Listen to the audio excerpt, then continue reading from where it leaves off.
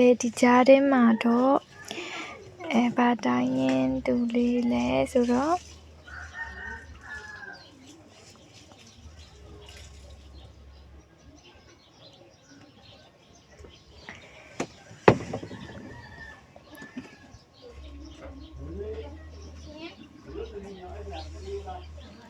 သူကစတုံးလေးနဲ့မွန်တိုင်းရင်သူလေးပါပုံစံရင်းနဲ့ပြည်ထောင်စုနဲ့ဖြစ်ပေါ်လာပုံတမိုင်းလေးကိုပြပါမယ်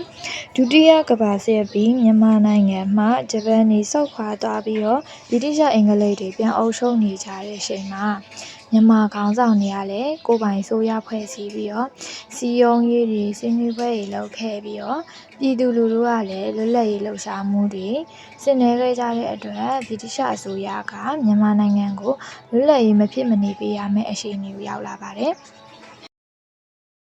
ဒါကြောင့်ဗြိတိရှအစိုးရကမြန်မာနိုင်ငံကိုလွတ်လပ်ရေးပေးမယ်ဒါပေမဲ့တိုင်းသားတွေအားလုံးသဘောတူပြီးစည်းလုံးညီညွတ်ရမယ်လို့ဆိုခဲ့တယ်အဲ့ဒီအချိန်မှာပြည်မတောင်နန်းဆိုပြီးအုပ်ချုပ်မှုတွေမတူဘူးဖြစ်နေတယ်ဒါကြောင့်1948ခုနှစ်ဖေဖော်ဝါရီလ12ရက်နေ့နနက်10:00 နာရီမှာဗိုလ်ချုပ်အောင်ဆန်းနဲ့တောင်တန်းဒေသကိုယ်စားလှယ်23ဦးတို့ဟာတိုင်းရင်းသားသွေးစည်းညီညွတ်မှုကိုပြသတဲ့ပင်လုံစာချုပ်ကြီးကိုလက်မှတ်ရေးထိုးခဲ့ကြတယ်။အဲ့ဒီလက်မှတ်ရေးထိုးခဲ့တဲ့စပွဲနေရာမှာပဲဗိုလ်ချုပ်အောင်ဆန်းကိုယ်တိုင်12ပေရှည်တဲ့တပြေးတိုင်းတစ်ခုကိုအထိန်အမှတ်အဖြစ်တောင်တန်းပြည်မှာပူပေါင်းရေးစာချုပ်ကြောက်တိုင်းလို့ကပီးရေးထိုးခဲ့တယ်။ပင်လုံမြို့စာဦးစံများဦးဆောင်မှုနဲ့15ရက်2လ1952ခုနှစ်မှာတပြေးတိုင်းရနေပြီးတော့ကြောက်တိုင်းတိုင်းအဖြစ်စတင်တည်ဆောက်ခဲ့ပါတယ်။